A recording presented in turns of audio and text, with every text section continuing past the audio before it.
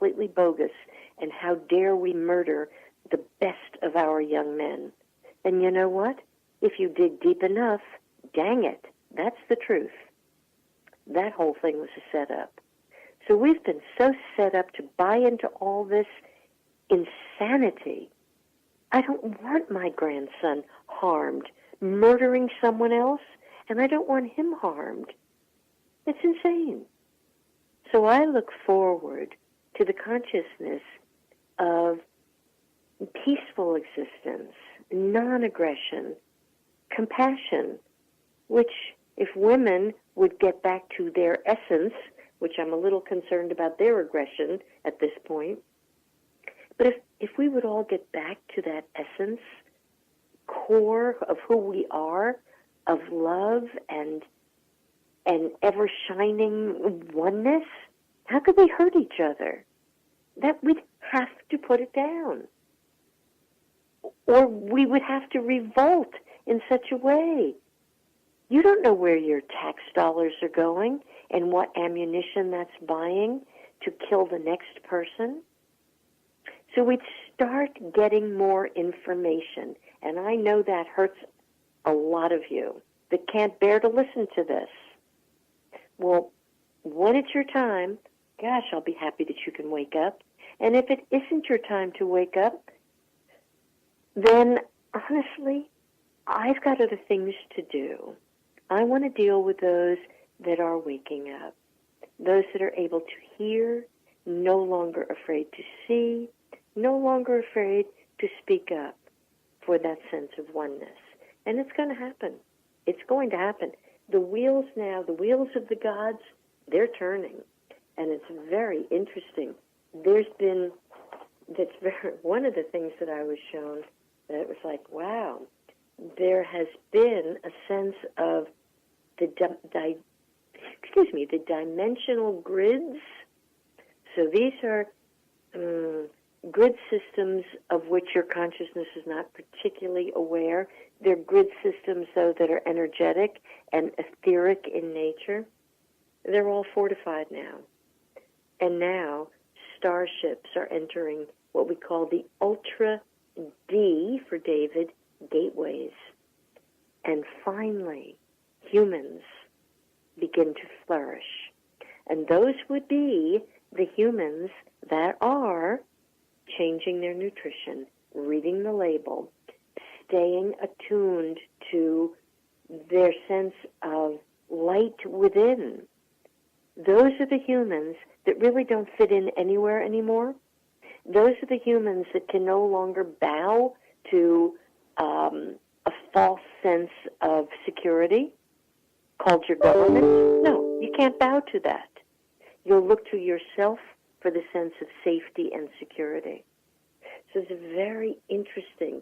Humans begin to flourish. Not a lot, but some. So I'm going to ask you very carefully and very forcefully, would you please listen to what you are saying?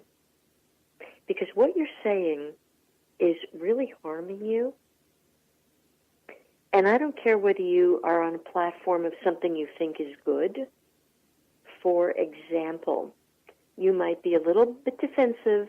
Well, no, you've put a label on yourself in supposedly a positive way.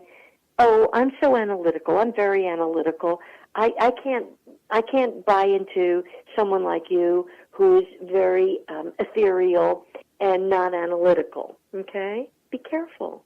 You're putting a label on yourself, and your energy is going into that, and your energy is now in lockdown because you've labeled yourself.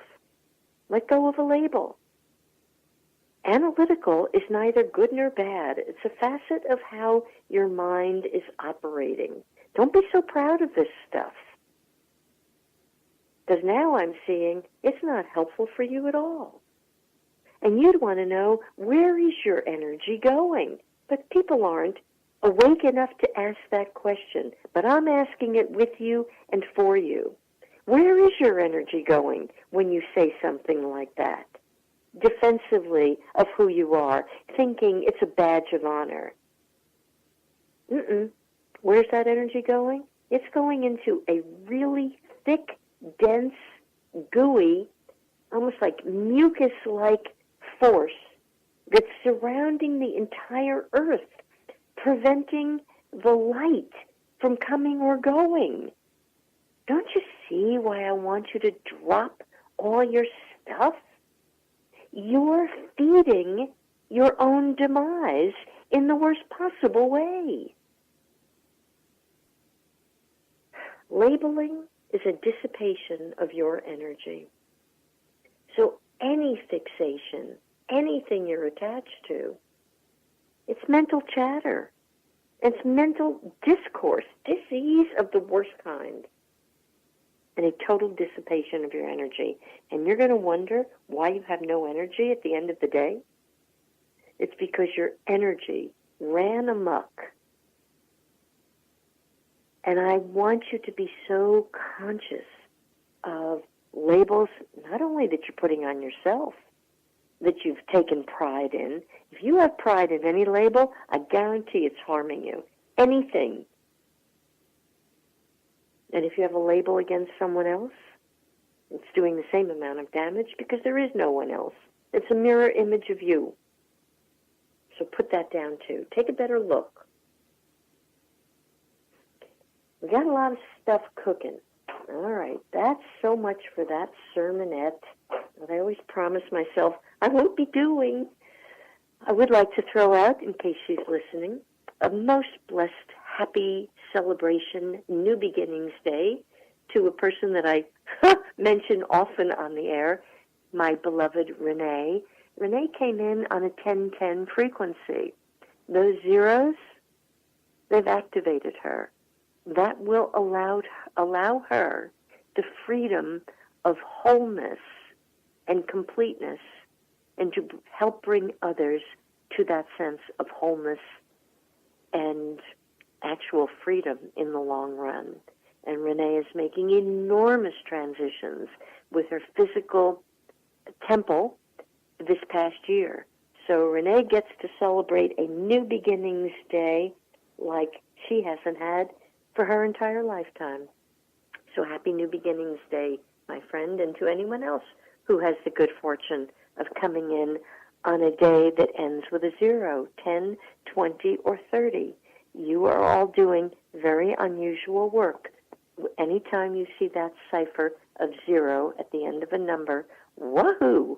It shows different realities of time and space that you have moved through and now bring fuller messages to humankind. Before it goes out of my consciousness, I will tell you, because we are 9 days away from the arrival of Lakshmi. That is the new moon in October, and that is when Lakshmi makes her entrance this year. Lakshmi, as you know, is the goddess of fertility, number one. So for Jeff and myself, we're having a transition and a shift, which would seem like something's closing. No, in the midst of Jeff closing down the radio station, we both have Lakshmi coming, which is fertility. So seeds are going to be sown.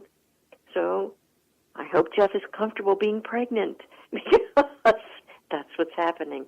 We will be impregnated around the 19th. So for those of you who know the Lakshmi drill, the Lakshmi ritual, it is the Festival of Lights. It is that cycle where light up your life again.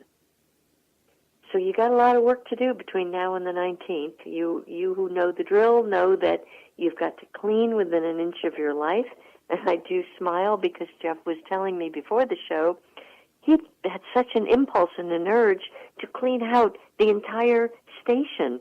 Well, that's why he's subliminally getting ready for beloved Lakshmi, that he did share with me. I had given him a Lakshmi statue, and he shared with me, it's like he can't seem to get out of her gaze.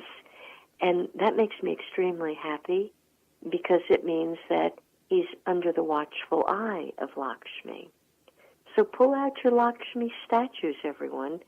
allow her gaze to fall upon you with great compassion, great love, and great pregnancy.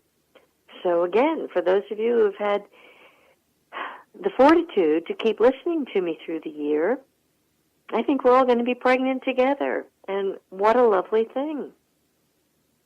So we got Lakshmi coming. And now I just do want to share a little bit about what's happened with the flying stars, because I do think it will be helpful to pay a little bit of attention from a feng shui point of view about the energy shift, because it is the month of shift. So what's happened now in October, the 9 star has moved into the center box. So if you will, fire, 9 is fire, is moved on top of water. And what that means is water tends to put out the fire. Fire is energy. You want to be careful that the sloshiness of your emotions, your fears, mostly fears, it's not even so much anxiety, it's fear, does not put out your enthusiasm and your energy. And the way to do that actually is think green, lots of green. Eat green vegetables. Have your beans, have your string beans, have your asparagus. Take a walk in the woods. Woods are green. Even if the leaves are falling off, wood is wood. So you need more wood. You want to be careful not to put out the fire with alcohol this month. Alcohol will not be your friend, neither will drugs. And this is odd. That's interesting. They popped in with neither will too much sex. And why would that be? Sex actually transmits fluids in your body. So too much sex will actually dim your enthusiasm. So moderation in that area, or perhaps it's even a month to go very slow or abstain, but be careful of all those 3 things. Very interesting how it all ties in together. They really want me to put this out there too. Something about sex. I'm not sure who needs to hear this message, but this would be one of those months where being indiscriminate sexually would definitely come back to bite you because of the exchange of fluids. And this would be the kind of month where you could pick up a sexually transmitted disease. So someone actually needs to hear that. Okay? So take that under advisement. We've also got lots of what happened here is because 9 went into the middle, it put the 5 star, which is disruption, it actually puts the 5 star onto the house of career, which is kind of amusing. Again, when I think of what's happening at the radio station. So career could definitely be disrupted this month with people losing their jobs, being fired.